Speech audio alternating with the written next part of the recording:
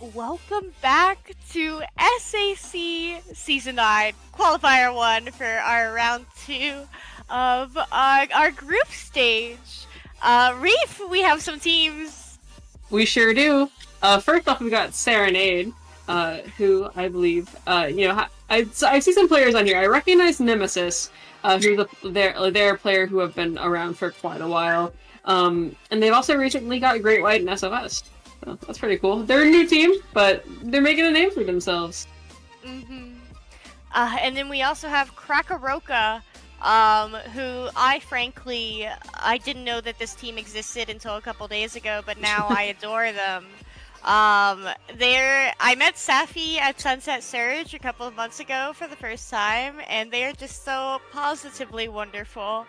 But my favorite thing about this team is that when we ask them for information, instead of being normal and like answering us over Discord or whatever, they wrote a Google Doc.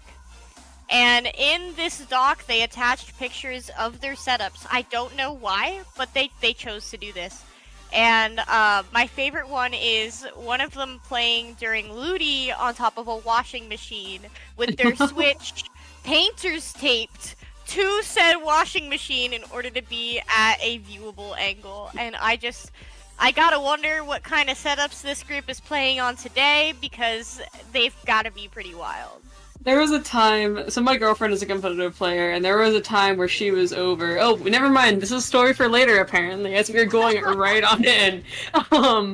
Looks like we've got a range blaster. You got that Nautilus. Got a pencil from the side of what was that? Shoot. It's Krackoroka. Krackoroka! Yeah! And Serenade is running an Explosher, which is something I always love to see. Yeah, an Expo on a map like Mako Zones is going to be quite obnoxious because of all the little elevation changes that an Expo can paint off, and clearing behind both of these stacks too. So in just a moment, we do see that Serenade does clean up the 4v4 and puts Krackoroka into a delayed wipeout. This map can be pretty difficult to re-engage on, especially with a sword with a stamp all the way up by the left side of the map. They're also throwing out a Zuka, and that Explosher is still holding their special away, just for if they decide to push in. Looks like they are going to use, Krackoroka is going to use their own specials to try to push in again. Looks like they're going to briefly try to neutralize that zone. Not quite going to make it. We're going to see that triple slasher that they were holding is going to really buy them some time, although they are still going to cap the zone. They are going to have to push back, as Krackoroka is going to move in and waste no time to getting on that stack. That range blaster on that stack is a fantastic position for them to keep on, keep that really good hold in. They're doing the same thing that Serenade was doing, holding those specials, really holding this pivotal point, so we'll see how this goes, if they're going to be able to match that massive push of 34. Yeah, and their retake was really phenomenal. However, they used those specials a bit early, and so when Serenade finally had their specials and was able to re-engage, Krackoroka had nothing to defend with. Again, we see Miono on this wiper all the way in Krackoroka's street, and that's just they clear it, right? But it just buys so much time. Krackoroka now has this cooler that is going to come out. That's the signal that they're going to engage. But when those strikes come out over zone, there's no one there to capitalize off of that paint. And the range blaster and the T-Tech are going to go down because of it. Yeah, time is ticking. About 10 seconds left before Serenade knocks this game out. Only this, there's only like 2 players on the field that are even going to be able to engage in time. And certainly it's probably not going to be enough time to paint the zone. And that's going to be a very, very quick game 1. Going to Serenade, who had a fantastic display of holding and knowing when to pull back and then knowing how to retake. The biggest difference to me came down to special timing. Serenade held on to their specials until the moment that Krackoroka wanted to re-engage. When Krackoroka's strikes came out, that was a signal to Serenade, like, hey, pop your stamp. hey, push in. And so using your opponent's specials in order to recognize when it is most pivotal for you to take your next fight. And to me, that made the difference, right? We saw both teams did manage to re-engage. While Serenade did have the first lockout, we did see Krackoroka get back in, situate themselves for a lockout, but by the time Serenade already by the time Serenade was ready to re-engage, Krackoroka didn't have anything to work with, versus Serenade did on their lockout.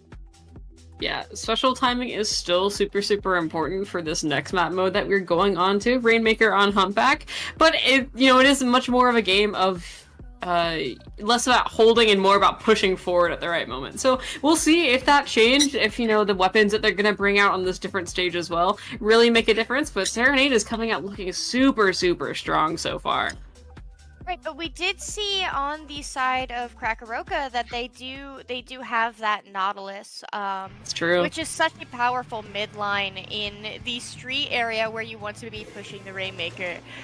Teams are pretty good at breaking either checkpoint, right? But where points really do matter on this map is beyond that, especially with this well string coming out from Safi that is just so much DPS on that Rainmaker shield. It's going to be very hard to contest Pop against Krackoroka in a neutral situation.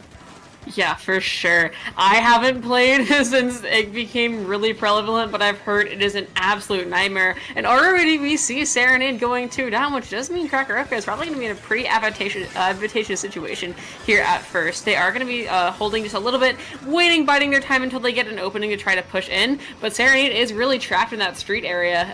If they're able to push a little bit forward, it looks like they are going to get this checkpoint if everything goes right. There we go. Yes, Safi, very wise, waiting for that Zuka to be done before swimming up that pedestal. We could see that they are going to go for this pop. The splashdown does come out from Serenade, and that is going to be a end, at least for now, to Krackoroka's push. But as long as they're not wiped and maintain control of mid, they're still setting themselves up quite well. Yeah, for sure. Yeah, Serenade is still gonna. Yeah, they are pushing forward. That was a really fast push there. Looks like they could have, a little bit too quickly, but they are going to be, getting the picks that they need to continue forward. And that is that checkpoint. A lot faster, a lot more explosive, as we might have, you could infer from how they played last game than Krackoroka was able to. But looks, almost at the here. 2 members of Krackoroka on a flank. That means that their teammates are not going to be out of spawn in time in order to be able to set up a sort of defense for this elbow. Serenade pops that splashdown. There's really no one in front of the Rainmaker other than this Nautilus, but the well string doing such a fantastic job of keeping that chip down on the Rainmaker so that Serenade can't grab it. That is going to be due for a reset here, but that was looking very dangerous for Krackoroka, given that they had 2 members all the way in mid and nobody in elbow when that check was broken. For sure. It looks like we're at a little bit of a moment, eye of the storm here. A little bit of peace before this next push comes out. Double splashdown is kind of like that eye wall. I have Hurricane on the brain, apparently. But they are going to continue pushing forward. Players going down. That Wellstring does have 3 special available. Kraken is going to go out. Is going to take, get that nice pick on that Rainmaker. Going to push the players out. Going to buy themselves a little bit more time. But this is still not a great situation for them. They're really going to have to buy themselves an advantage, even just to get back in mid. Oh, and they're going to keep on going. Can't stress enough how much of a good job Safi on that Wellstring is doing for that defense.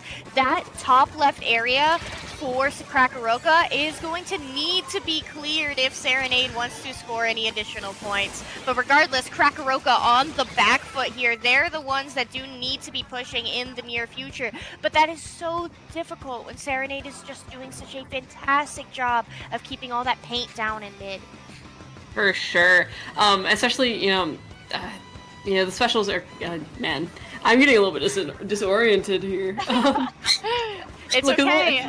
Serenade's going to be getting another push here. We do see that the Tri-Slosher is going for that pop. Sappy is not in that top left area where she has been defending the Rainmaker up until now. The Kraken does come out. It's pushing into mid, but that Kraken is a less claustrophobic, a more open area, means that it's going to be less likely to get picks. It is Serenade with the special advantage. That stamp coming out. We can see the members of Krackoroka having to scurry like little bugs in this street as Serenade starts trying to push in. We do see that there's only one member behind that checkpoint. Safi again manages to rotate out to that top attic area and does stall out the Rainmaker. Krackoroka really killing it on the defense here, but when it comes to this re-engagement for mid, they're struggling.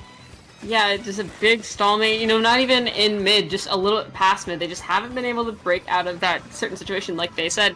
One player down on Serenade, but two are down on Krackoroka. It looks like they're having a little bit of trouble just getting that nice, you know, coordination, that one little burst that they need to get out. And with only a minute left, they really have a lot to fight for here. You never want to be pushing it over time just because the sheer amount of stress that it puts on you, the pressure of not even being able to go down once. Cooler going to come out from Serenade, which does indicate that they're going to go for it a little bit yet again, and just keep on trying to apply this pressure. They know they don't need to push particularly further, but it'd be nice to keep that in a place where, you know, Krackoroka is going to have a little bit of a harder time getting it out even past mid. Serenade's lead is very solid, and we can see that Nemesis is holding on to that splashdown on that custom explosion. Again, you got to remember that mid is open, street is not. That splashdown can get so much value and shut down that elbow single-handedly. Taco's not even going to let the opportunity for an overtime push happen, grabbing that Rainmaker and swimming back, denying Krackoroka the chance at a final push. Game 2 going right to Serenade. Yeah, still super strong showing. We did see quite a good, you know, show of Krackoroka yet again, but Serenade just really, they said that they wanted to make a name for themselves in this tournament, and it looks like, I mean, if this is how all of their matches have been going so far, it looks like they certainly are. Just super strong coordination from them. You see them always using their specials well, like you noted in the first match. But it just seems like they really have, you know, when to not overextend and when to really, you know, go for it, really down to a science. I really do want to emphasize, though, how strong Krackoroka's defense really was. Every single time that they needed to jump out and reposition, particularly Safi on what they do call their Wells Bing. On that attic area above street, just truly a phenomenal job on defense. But as you mentioned earlier, Rainmaker isn't about defense. It really is about who can grab the objective, the fish, and get it as far as possible. So while denying your opponents the space that they need to work, we just didn't see Krackoroka with the same level of offense that Serenade was able to bring out. Yeah. And now that we're moving on to Clam Blitz, I feel like it's even more important to be able to make those good pushes, because if you're not able to push past mid, there's no chance you can make a breakaway push in Rainmaker a lot easier than you can make a breakaway push in Crab. Like, you need to have that sustained ground, that sustained hold for so much longer in Clam Blitz to make anything work than in Rainmaker. So we'll see if they're able to find, really find that coordination that they need and find that ability to control that area. But it is looking really strong for Serenade right now. Right. But this is, we do know that this is Krackoroka's opportunity again to set themselves apart in a tie-break situation. Now, interestingly here, we are going to see Nemesis step away from that Explosion in favor of that Zimmy. Now, we do know that there have been some discussions about how strong this weapon can be, particularly with this bubble, which has been buffed time and time again into the specials that we are used to seeing on the table, right? The Zuka, less so the splashdown, because that can simply run at it. But a lot of that long-range AoE, this bubble just does such a good job at denying. Nemesis gets the first pick of the game, and it does look like Serenade is going to be able to score here. Yeah, that was... blink and you miss it. They made their way in so far. They used the bubble and really decided to, make a push here. Not going to be the most impressive push that you've seen, unless they're going to... I mean, actually, of course, I eat my words, 51 points, and they still have more time coming in. I didn't quite see how close they were to the basket, but if they're able to even just keep this area, even if the push runs out, they have such solid control of mid. You look at it, it's all yellow. They're really having a hard time even making it out of, you know, their plot area over there. So now, like, all their choices, they can either drop or work slowly back into mid. They do have the specials to make something happen, but you know, it is all about the execution here. They are moving back in. You do see a lot more purple in mid. We'll see what happens from here.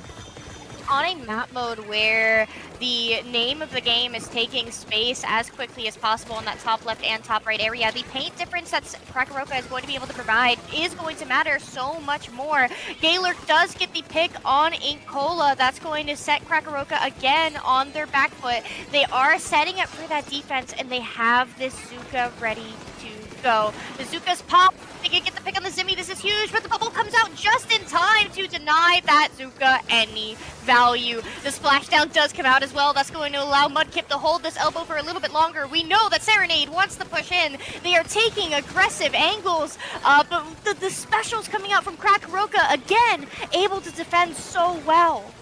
Yeah, and they just super solid hold. Like you saw when, even like a while ago, they're just able to know when their enemy is in a position. Especially, you know, Nemesis over here, really a master of that Zimmy, knowing when, you know, to approach, knowing when they can really take advantage of the opponent's weapons weaknesses. Oh, they're already going down, 29 points left. Still plenty of time for them to get more in. Plenty of control. That hammer going out is going to buy them a lot of time. You know, it just depends here. It looks like this, they do solidly have their plot again, and Demolaw and Mudkip are going to venture back out onto the main part of the map to try and get some more control. But yeah, once again, that's just putting so much pressure on them. The more points they get down, you know, the more they have to match, the more stress it is of, oh my goodness, how are we going to get this push kind of thing, you know, in the back of your mind. So here we go, though, right? We do see Krackoroka. They got that wipe. They managed to push into mid. Demolaw is on that plat with this Kraken. Not able to push those grates, though. No specials for Krackoroka at the time where they actually need to be stepping forward. Specials burned, a lot of smoke, no fire. Safi's alone with that power clam going to be rushed down by Inca Kola here. Serenade does have enough clams in order to form a power. And look how expeditiously they are on this plat. Mudkip going to get the pick on that stamp, so that's 2 members down for Serenade, but they are gifting Krackoroka another Mercy Clam. When Krackoroka's feet are to the fire here as we head into the final 90 seconds of this game, that extra pity clam could be a huge difference maker, but unlike last time, Serenade is not wiped on this re-engagement. That splashdown does get a beautiful pick, does put another player down. That 2 players down might be the exact thing that they need. They are starting to really push in here. I mean, they're trying to get that advantageous side on the mat. Like, if you look, they're not in a good position. They have a Kraken out, did just expire, but it looks like they kind of behind them is, you know, they're getting really cornered. Serenade took the flank, was able to cut them off from behind, which doesn't mean that this push might not have been what they expected, but they did get down to 57 points. They do still have a little bit of time on the map. They just need to get a clam on the board and potentially try to take this thing in overtime is, you know, really what they need to be focusing on here. But the clams on this map spawn in mid, and that's something that Krackoroka has not been able to hold for a substantial amount of time. So they need to hold that. They need to prepare for a push. They need to get their specials, but then they need to get the clams. That's a lot to ask as we get down to the end of this best of 3 set. Mudkip pops that splashdown, does assist in getting 2 picks with it, but when we're looking at these final seconds, they just don't have the clams. The Range Blaster has this Kraken in order to work with, but Taco's holding this very aggressive position with the pencil, going to shut down Safi, the furthest member forward for Krackoroka, and that's it. GG's. In the end, taking their fights, not able to get those clams, and Serenade showing that their explosive pushes really did make all the difference. Yeah, we saw some really, really good things out of Krackoroka this set, but Serenade was just super, super impressive in what they put out here. Like you said, just the coordination, the ability to take space, the ability to take those engagements and win them, and really push forward when they needed to. Super, super cool. Super great. Yeah, and the defense out from Krackoroka as well. I do want to emphasize how great that really was to see, and I can't wait to see them shift that defense towards a more aggressive stature over the course of the season. You gotta remember, there's always a chance that they come back swinging. This is a circuit, and we do hunt those rematches. You know, maybe if they get an even more scuff set up, you know, maybe if they return to that laundry machine, maybe that'll give them the buff that they need. Laundry machine buff, you know? Laundry machine buff. Something about, you know, maybe the big metal, it'll help the netcode work better or something like that. They're a team with certainly a lot of personality. 100%. They're not afraid to show that, and I love that for them. 100%.